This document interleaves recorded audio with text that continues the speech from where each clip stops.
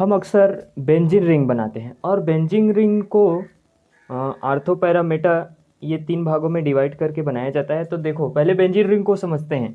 हम क्या करते हैं, कभी इससे जोड़ देते हैं, कभी ऐसे करके जोड़ देते हैं। यानी कि सपोज ये है हमारा बेंजीन रिंग, ठीक, ये बेंजीन रिंग है, ठीक है। ये सीधी, इसकी सीधी अवस्था है। अब यदि बेंजीन रिंग को देखें तो इस कोने में होता है कार्बन, कार्बन से जुड़ा हुआ ऑक्सीजन। अब देखो कार्बन है तो कार्बन का परमाणु क्रमांक 6 होता है, 6 होता है इस कांड से 2 और 4 इलेक्ट्रॉनिक विन्यास में। जब 4 होगा तो कार्बन के संयोजी कोष में 4 इलेक्ट्रॉन होगा, 1 2 3 4।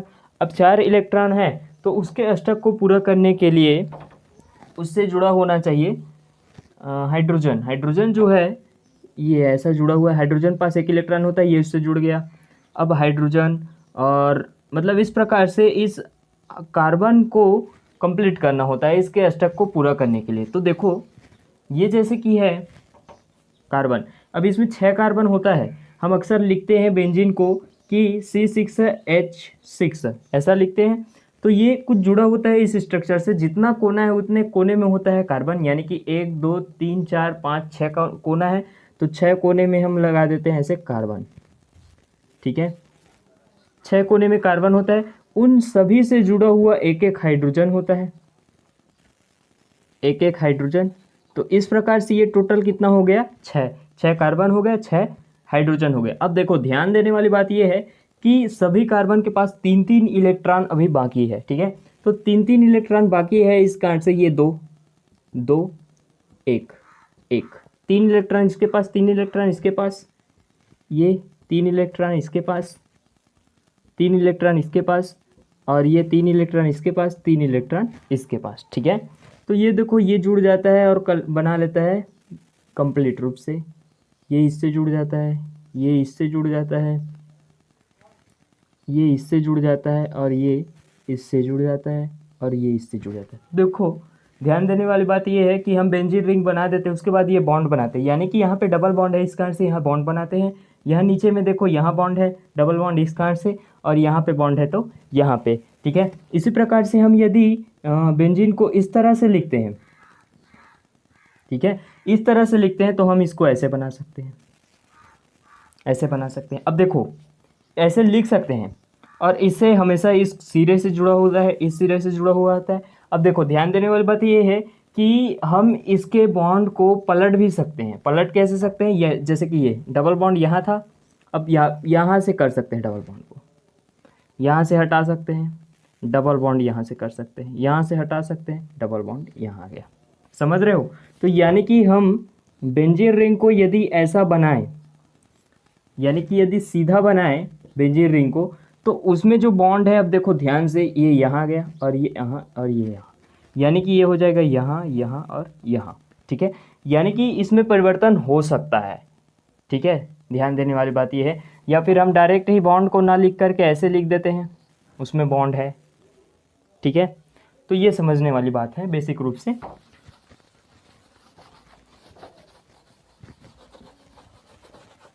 अब मैलेकाइट ग्रेन को देखते हैं। तो मैलेकाइट ग्रेन जो होता है, इसमें क्या होता है कि H2SO4, सांद्र H2SO4 की उपस्थिति में, सांद्र H2SO4 की उपस्थिति में हम बेंजल्डिहाइड, बेंजल्डिहाइड की अभिक्रिया, बेंजल्डिहाइड की अभिक्रिया डाईमेथिल एनिलीन के साथ कराते हैं, डाईमेथिल एनिलीन। जब डाईमेथिल एनिलीन के साथ इसकी अभिक्रिया होती है, देखो क्या बोले हैं कि सांद्र H2SO4 की उपस्थिति में बेंजल्डिहाइड के साथ डाईमेथिल एनिलीन का संघनन होता है, संघनन करते हैं, ठीक है। तो संघनन करने के दौरान क्या होता है कि लेड ऑक्साइड और हाइड्रोक्लोरिक अम्ल, लेड ऑक्साइड और हाइड्रोक्लोरिक अम्ल के साथ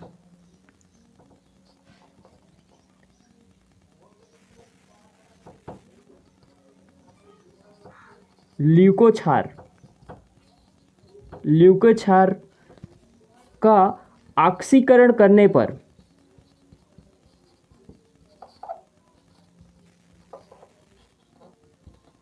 ल्यूकोक्षार का ऑक्सीकरण करने पर रंग क्षार प्राप्त होता है। रंग क्षार प्राप्त होता है।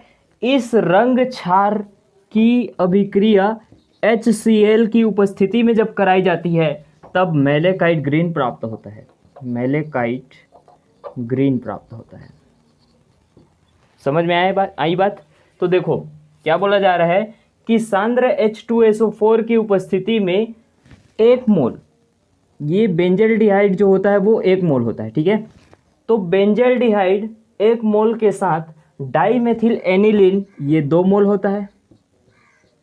डाइमेथिल एनिलीन का संघनन करते हैं लेड ऑक्साइड एवं हाइड्रोक्लोरिक अम्ल ल्यूकोक्षार के साथ ऑक्सीकरण करके रंग क्षार बनाते हैं, रंग क्षार प्राप्त करते हैं। और इस रंग क्षार की अभिक्रिया HCl की उपस्थिति में, पुनः HCl की उपस्थिति में कराई जाती है, तब मैलेकाइट ग्रीन प्राप्त होता है। अब देखो इसको रिएक्शन से कुछ इस प्रकार से समझते हैं।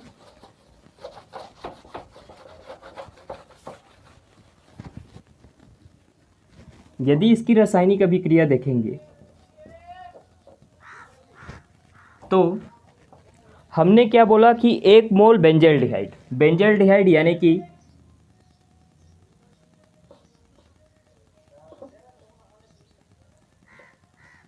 बेंजीन रिंग से जुड़ा हुआ HCHO, ठीक है।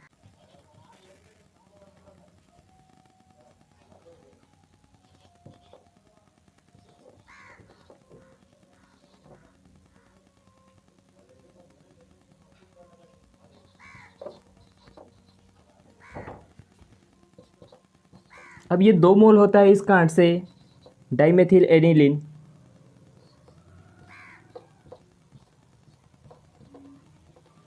इससे जुड़ा हुआ हो जाएगा NCH32, ये हो जाएगा हमारा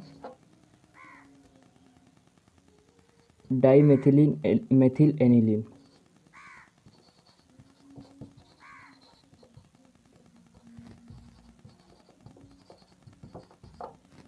इसकी अभिक्रिया होती है, जब इसकी अभिक्रिया होती है तो ध्यान से देखो, जब इसकी अभिक्रिया होती है तो ये 2 आयतन है, ठीक है, ध्यान देना 2 मोल है, 2 आयतन है। इस कारण से यहाँ पे हो जाएगा 2 हाइड्रोजन। इसको 2 बार यदि लिख देते हैं,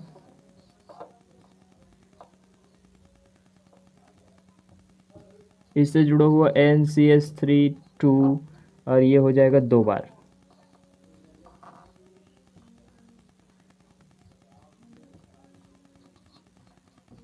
CH32 अब 2 बार है तो 2 हाइड्रोजन हो गया। 2 हाइड्रोजन इस ऑक्सीजन से अभिक्रिया कर लेती है और बना लेता है जल बना लेता है। जल बना करके ये तो चला गया, उसके बाद फिर बचा क्या, जो बचा हुआ है उसको लिख देते हैं, तो ये हो जाएगा फिर ये बेंजीन रिंग, उससे जुड़ा हुआ CH। अब CH है तो अब देखो ये जो है कार्बन से जुड़ जाएगा, ऊपर में एक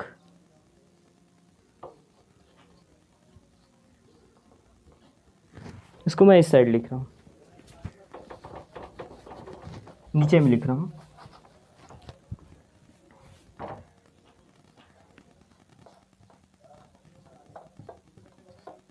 CH उससे जुड़ा हुआ ये NCH32 उससे जुड़ा हुआ ये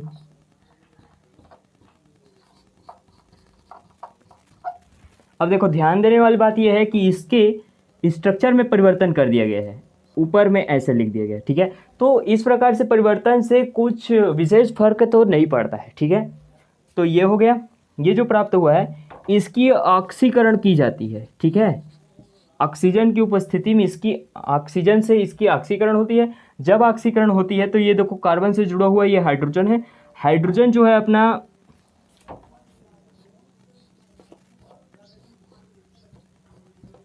ये कार्बन और ये इस कार्बन से जुड़ा हुआ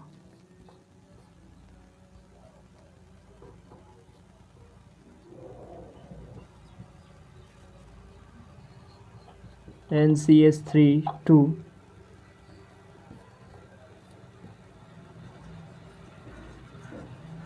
NCH3 2 ये है। अब देखो इस कार्बन से जुड़ा हुआ जो हाइड्रोजन है, उस हाइड्रोजन, अब देखो क्या होता है कि यहाँ पे देखो हाइड्रोजन जो है जुड़ा हुआ है ऐसा, ठीक है। तो ये जो ऑक्सीजन है यहाँ पे आकर के शिफ्ट हो जाता है। अब देखो ऑक्सीजन से ये जुड़ गया और ऑक्सीजन से जुड़ जाएगा हाइड्रोजन, यानी कि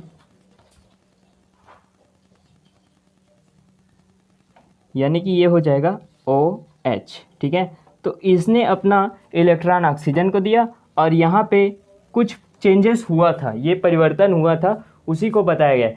अच्छा, ये बताया जा रहा है कि यहाँ जो बॉन्ड है वो टूट जाता है, बॉन्ड टूट जाता है और यहाँ पे इसका बॉन्ड टूट जाता है। अगले जब रिएक्शन होगा उस रिएक्शन के दौरान इन दोनों का बॉन्ड टूट जाता है, ये बॉन्ड टूटता है और ये कार्बन से इसका बॉन्ड टूटता है। तो बॉन्ड टूटने से कार्बन के पास एक इलेक्ट्रॉन उपलब्ध हो जाएगा और इसका बॉन्ड टूटने से इस बेंजीन रिंग में भी एक इलेक्ट्रॉन उपलब्ध हो जाएगा। तो दोनों जो है डबल बॉन्ड से जुड़ जाएगा, ठीक है, डबल बॉन्ड से जुड़ जाएगा। और इसकी अभिक्रिया जो होती है वो लास्ट में HCl की उपस्थिति में होती है। तो जब HCl की उपस्थिति में ये रिएक्शन आगे चल रहा है, ठीक है, तो HCl की उपस्थिति में होती है तो ये हाइड्रोजन, एक हाइड्रोजन इसका और ये OH जो है ये आकर के बना लेता है जल। इस प्रकार से हम लिख सकते हैं H2O, ठीक है। तो H2O जो होता है वो बाहर निकल जाता है और क्लोरीन जो होता है वो जा करके जुड़ जाता है इस नाइट्रोजन के साथ, ठीक है। क्योंकि यहाँ पे बॉन्ड टूटा है तो ये हो जाएगा फिर डबल बॉन्ड हो जाएगा और इस प्रकार से इसको देखते हैं। तो देखो ये हो जाएगा, ये उससे जुड़ो कार्बन,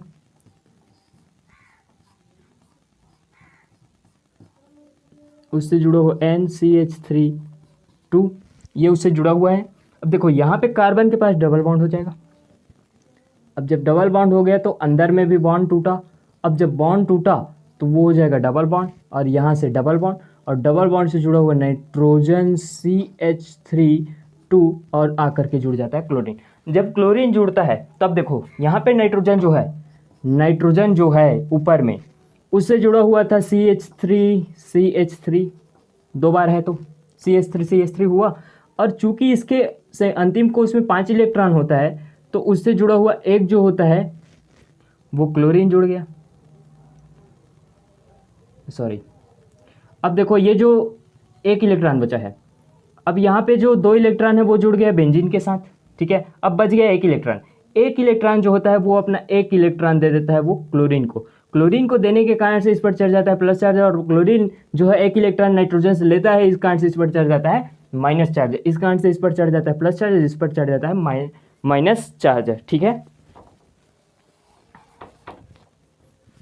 तो इस प्रकार से ये हमें प्राप्त हो गया मैलेकाइट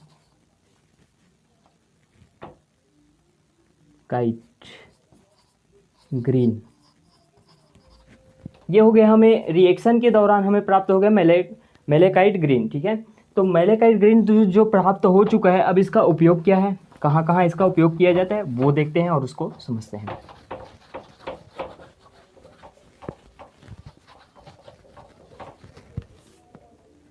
मैलेकाइट जो ग्रीन होता है उसको ऊन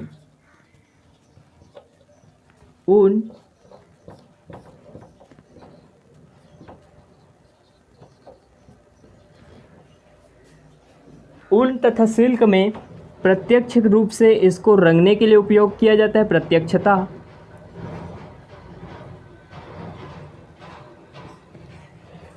प्रत्यक्षता इस ऊन और सिल्क को डायरेक्ट है इसको रंगने के लिए इसका उपयोग किया जाता है।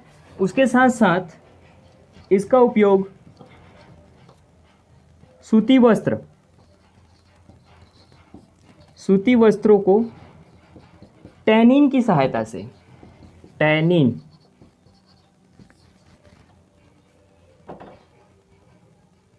की सहायता से इसका रंग बंधन किया जाता है। टैनिन की सहायता से जब रंग बंधन किया जाता है तो उससे प्राप्त होता है हरा रंग, तब हरे रंग प्राप्त होता है, ठीक है। ये जो हरा रंग प्राप्त होता है वो चमकीला होता है, लेकिन जब चमकीला होता है, जब इसे प्रकाश में रखा जाता है, तब इसकी ये जो होता है वो तीव्र नहीं होता है, तीव्र नहीं होता है। ठीक है, तो तीव्र नहीं होता है, तो बोल सकते हैं इसमें इसका उपयोग ऊन तथा सिल्क को प्रत्यक्षतः रंगने के लिए किया जाता है।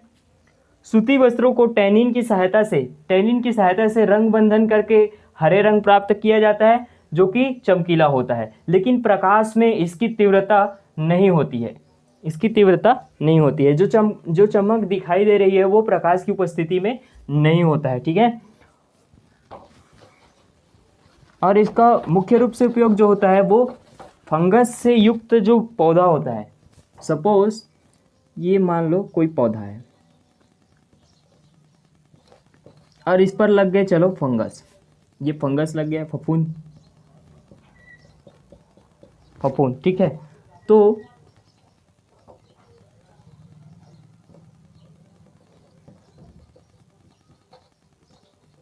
फंगी युक्त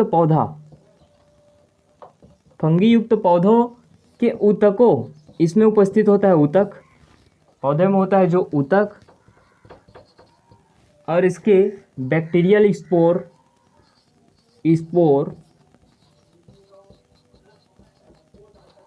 बैक्टीरिया का जो स्पोर प्राप्त होता है, ठीक है, सॉरी स्पोर होता है, इसमें देखो क्या बोला गया है, फंगस युक्त, सॉरी फंगी लिख गया, फंगस युक्त पौधों के ऊतकों एवं बैक्टीरिया ऊतक, जब अब देखो इसमें स्पोर, बैक्टीरिया के स्पोर और ऊतक की बात हो रही है। ठीक है, इस पौधे के ऊतक और बैक्टीरिया की बात हो रही है। तो ऊतक जो होता है इसका उपयोग स्टेन के रूप में किया जाता है, जबकि इसकी जो बैक्टीरिया जो होती है वो इसमें स्टैटिक गुण पाई जाती है, जब इसमें स्टैटिक गुण पाई जाती है, इस कारण से इसका उपयोग जो होता है वो एंटीसेप्टिक के रूप में होता है,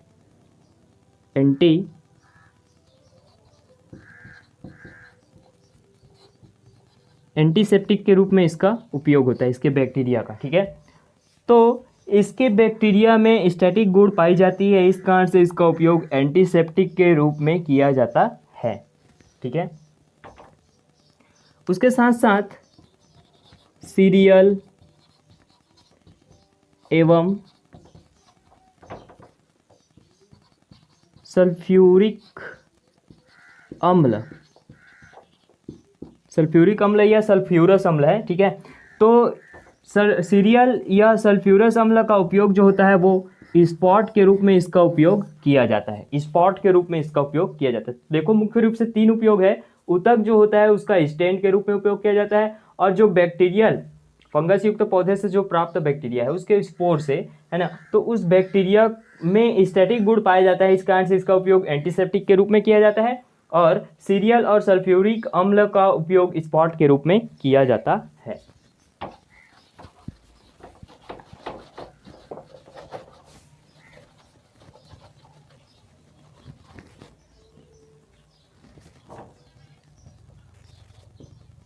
ट्राइफेनिन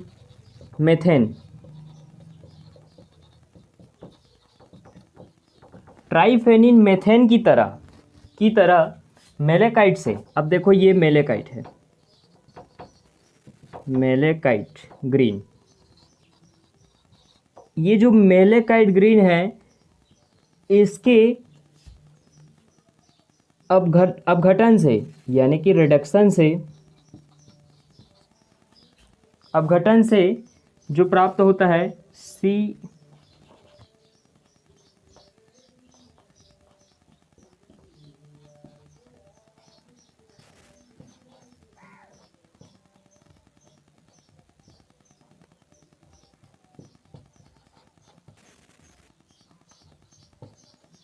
CH3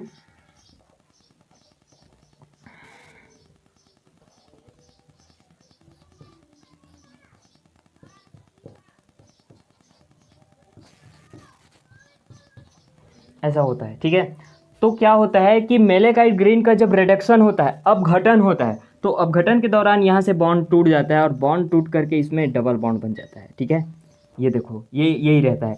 तो अपघटन के दौरान जो प्राप्त होता है वो ल्यूकोक्षार, जिसे लिख सकते हैं ल्यूको बेस 1, ल्यूकोक्षार प्राप्त होता है। जबकि इसी मेलेकाइट ग्रीन का क्षारी होता है एल्काली, जब इसका क्षार किया जाता है, क्षारी किया जाता है, तब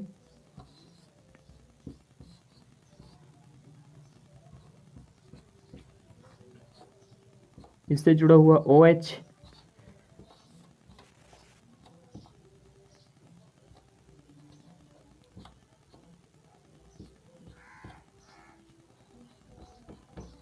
CH3